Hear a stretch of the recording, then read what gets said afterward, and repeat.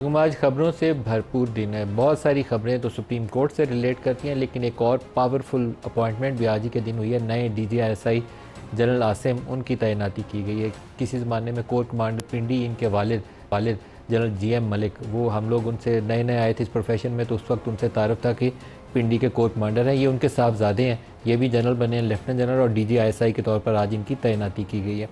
इसके ऊपर प्रोग्राम में आगे चल के बात करेंगे, लेकिन आज सबसे इम्पॉर्टेंट और जो बड़ी खबर है वो सुप्रीम कोर्ट से तफसीली फ़ैसला है पाकिस्तान तहरीक इंसाफ की रिज़र्व सीटों के हवाले से।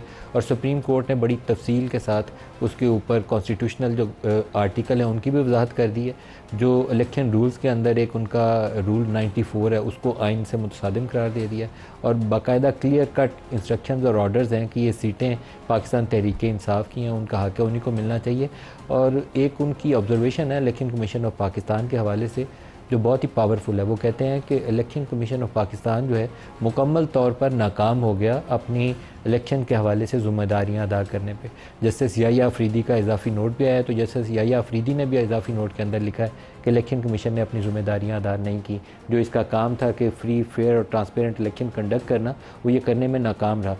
एक बात उन्होंने कही कि तहरीक इंसाफ की पिटीशन जो थी वो सुप्रीम कोर्ट के सामने नहीं थी, डिस्पाइट द फैक्ट कि 3 जून से केस चल रहा था। 26 को इन्होंने दरख्वास्त एक दायर की, लेकिन साथ वो कहते हैं कि सीटें तहरीक इंसाफ की थीं, ये सीटें किसी और की नहीं हैं। और पाकिस्तान तहरीक इंसाफ एक पोलिटिकल पार्टी के तौर पर एग्जिस्ट करती है, और ये पाकिस्तानी वोटर्स का फंडामेंटल राइट है कि वो किसे मुंतखब करना चाहते हैं। इसके ऊपर कोई बहाना नहीं है, जजेस ने करार दिया। इसी तरीके से जो सुप्रीम कोर्ट का ऑर्डर था बल्ले का निशान वापस लेने का, उसके ऊपर भी राय दी। और जो 2 जजेस का इख्तलाफी नोट इस तफसीली फ़ैसले से पहले आ गया, तो इस 70 सफ़ात की जजमेंट में पैरा 120 और 121 है, जो उन 2 जजेस के जो ऑब्जर्वेशंस हैं उनको बड़े स्ट्रॉन्ग वर्डिड में उनको डिस्कस करता है। बड़े सख्त अल्फाज का चुनाव किया है उनके उस इख्तलाफी नोट को जो इस तफसीली फ़ैसले से पहले आया है। प्रोग्राम में आगे चलेंगे तो उसके ऊपर भी बात करेंगे, लेकिन अभी दिन आगे चल रहा था तो एक और नई डेवलपमेंट हुई है।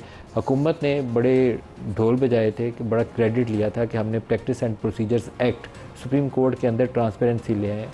अब कोई एक फ़र्द वाहद जो है उसका इख्तियार नहीं है कि कौन सा बेंच बनेगा। बेंच फिक्सिंग के इल्ज़ामात PMLN से, आई थिंक अगर मैं कोई कोशिश करूं तो मुझे मरियम नवाज़ की हो सकता है स्टेटमेंट्स मिल जाएँ बेंच फिक्सिंग के ऊपर। तो बेंच फिक्सिंग का इल्ज़ाम किसके ऊपर था? बंदयाल साहब के ऊपर, जस्टिस उमर अतिया बंदयाल के ऊपर, कि वो मर्ज़ी के बेंच बनाते हैं। 3 जज वो कहा जाता था, जस्टिस एजाजुल हसन, जस्टिस मुनीब अख्तर या जस्टिस मुज़ाहिर अली अकबर नकवी, और चौथे वो खुद। इससे बाहर वो निकलते ही नहीं है। और ख़ास तौर पर जहाँ PTI और PMLN के मामला आ जाएंगे, नून लीग के इल्ज़ाम थे, मैं इल्ज़ाम नहीं आयद कर रहा। तो इसके ऊपर प्रैक्टिस एंड प्रोसीजर एक्ट बना तो बहुत ढोल पीटे गए कि हमने तो ट्रांसपेरेंसी ले आए हैं, जमहूरियत आ गई है सुप्रीम कोर्ट के अंदर भी, और बहुत मेरिट के ऊपर फैसले होंगे।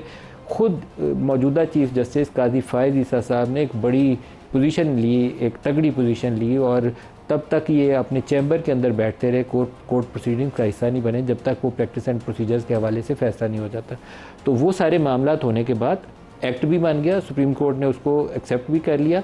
तो 2-4 रोज़ पहले हुकूमत को अचानक ख्याल आया कि नहीं, ये तो 3 जजों में अगर शुमार करें तो Qazi Faez Isa chief justice supreme court of Pakistan, senior most justice Mansoor Ali Shah, उसके बाद जस्टिस मुनीब अख्तर, तो ये 3 में से कुछ इसका काम उन्हें हुकूमत को लगा कि हमें पसंद नहीं आ रहा।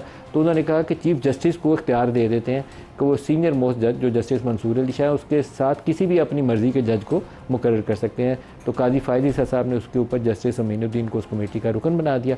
आज जस्टिस मंसूर अली शाह जब उस कमेटी का इजलास हो रहा था तो उसमें शामिल होने से उन्होंने गुरेज़ किया, और उसके बाद एक ख़त लिखा है जिसके अंदर जो उनका चौथा है पैरा, उसके अंदर उन्होंने कहा कि मौजूदा कॉन्स्टिट्यूशनल क्राइसिस के अंदर, ये अल्फाज हैं जस्टिस मंसूर अली शाह के, मौजूदा कॉन्स्टिट्यूशनल क्राइसिस, उन्होंने इसको कॉन्स्टिट्यूशनल क्राइसिस दिया। ये जो सारी अभी अदलिया की, पार्लिमान के और इलेक्शन कमीशन ऑफ पाकिस्तान के मबैन एक किस्म का तनाव चल रहा है, उसको कहा कि मौजूदा कॉन्स्टिट्यूशनल क्राइसिस में ऐसी जल्दी क्या थी कि चीफ जस्टिस ने इधर से एक्ट बना, फौरी तौर पर इधर से ऑर्डिनेंस आया और फौरी तौर पर नई कमेटी तश्कील दे दी। फिर और जाके वो कहते हैं the concentration of ultimate administrative powers in the hands of a single individual such as the chief justice runs counter to the ideals of democratic governance and judicial fairness। उन्होंने कहा कि ये 1 मैन शो बन जाएगा। ये अल्फाज हैं उनके 1 मैन शो के इसके अंदर लिखे हैं।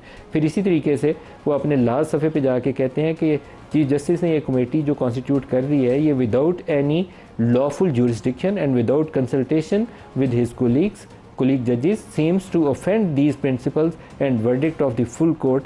ये फुल कोर्ट की तरफ वो कहते हैं मामला जाना चाहिए था, वो इसके ऊपर जायज़ा लेती, उसके बगैर ये मामला ठीक नहीं है। इसी तरीके से ये राजा आमिर की कोई जजमेंट है जिसके अंदर ये कोर्ट वर्किंग के हवाले से तरीक़ाकार तय किया गया था, उसके ऊपर भी उन्होंने अपनी राय का इजहार किया है। तो प्रोग्राम में ये तीनों चारों इशूज़ डिस्कस करेंगे। हमारे साथ शख्सियात हैं, इस्लामाबाद स्टूडियोज़ में हैं जनरल जाहिद महमूद साहब, मारूफ डिफेंस एनालिस्ट हैं, very warm welcome sir. Naeem Panjotha sahab हैं पाकिस्तान तहरीक इंसाफ से, आबिद शेर अली साहब हैं PMLN से, और माजिद निज़ामी साहब हैं सीनियर जर्नलिस्ट हैं। सबको खुश आमदीद कहते हैं। आबिद शेर अली साहब, पहले तो तफसीली नशिस्तों के फैसले के ऊपर आप राय दे दीजिए। आपकी जमात ने तो इसके ऊपर बड़ी सख्त ट्वीट कर दी है, आज क्या हो गया? ये PTI वाले तो ट्वीट करते थे, आज आप भी उन्हीं के नक्शे कदम पर चल पड़े। मलिक साहब, ज़ाहिर है सुप्रीम कोर्ट का हक बनता है वो फ़ैसला दें, और ज़ाहिर है फ़ैसले आते हैं, लेकिन मेरा सवाल ये है इस पर कि रिलीफ किसने मांगा था? क्या PTI इलेक्शन कमीशन या पेशावर हाई कोर्ट, और ना ही वो सुप्रीम कोर्ट में फ़रीक थी, और लेकिन उनको रिलीफ दे दिया गया। माजी में भी बड़े हमारे साथ जुल्म हुए, यही अदालतें थी, यही मुअज़्ज़ज़ जज साहिबान थे, इनमें से कई रिटायर हो चुके हैं। काश ये फ़ैसले नवाज़ शरीफ के दौर में आ जाते, काश ये फ़ैसले उस वक्त आ जाते जब सेनेट के अंदर हमारे साथ धांधली हुई और हमारी तो सीटों के ऊपर निशानात अलॉट नहीं किए गए। आज ये जो अल्फाज जो हम कहते, हमें कहने की ज़रूरत ना आती। तो ये मलिक साहब सवाल यही है, क्या PTI इसके अंदर पार्टी थी? क्या PTI ने पेशावर हाई कोर्ट के अंदर या इलेक्शन कमीशन ऑफ पाकिस्तान में किसी एक जगह पे भी पार्टी हो? लेकिन सुप्रीम कोर्ट का कहना अपनी जगह है, लेकिन जो पार्टी पोजीशन है, ये यही अदालतें हैं जिन्होंने बल्ले का निशान नहीं दिया। क्या मैंने और आपने तो नहीं रोका था कि उनको बल्ले के निशान पर इलेक्शन न लड़ने दिए गए? वो पिटीशन सुप्रीम कोर्ट गई, सुप्रीम कोर्ट ने टर्न डाउन किया। अब नया ही इन्होंने एक फ़ैसला आ गया है, तो ये आइनी माहिरीन इसी की रोशनी में बात करेंगे। लेकिन मैं फिर आपको बता दूं, पार्लियामेंट को सुपरसीड नहीं किया जा सकता, और आउट ऑफ द टर्म जाके आप किसी जमात को रिलीफ देंगे तो वो बातें भी होंगी, इल्ज़ामात भी लगेंगे। अच्छा, पंजोथा साहब से भी पूछते हैं, क्योंकि सुप्रीम कोर्ट के पास इख्तियार मौजूद है कि वो कॉन्स्टिट्यूशन की इंटरप्रिटेशन कर सकती है, और इस आज वाली जजमेंट के अंदर उन्होंने इंटरप्रिटेशन भी की है, और वो रूल 94 जो मखसूस नशिस्तों की अलॉटमेंट के हवाले से उसे आइन से मुतसादम करार देते हुए मेरे ख्याल में उसको नल एंड वॉइड नहीं, नल एंड वॉइड करार दे दिया उसको। बिल्कुल जी, नल एंड वॉइड, बिल्कुल जी, नल एंड वॉइड करार दे दिया है। देखें, बात यह है कि जहाँ पर अब सुप्रीम कोर्ट ने फैसला दे दिया है, तफसीली फ़ैसला दे दिया है, जो कि हर रोज़ ये शोर मचाया जा रहा था कि तफसीली फ़ैसला है, तफसीली फ़ैसला है जी, तफसीली फ़ैसला आ गया।